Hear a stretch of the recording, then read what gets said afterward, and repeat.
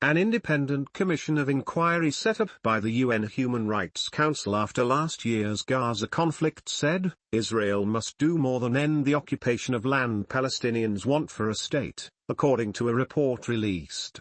Israel's Ministry of Foreign Affairs called the report a waste of money and effort that amounted to a witch hunt. Israel boycotted the inquiry, accusing it of bias and barred entry to its investigators. While prompted by the 11-day May 2021 conflict in which 250 Gaza Palestinians and 13 people in Israel died, the inquiry mandate includes alleged human rights abuses before and after that and seeks to investigate the root causes of the tensions.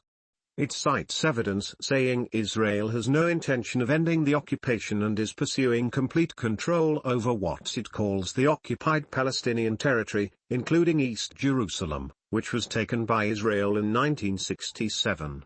Ending the occupation alone will not be sufficient, the report says, urging additional action to ensure the equal enjoyment of human rights.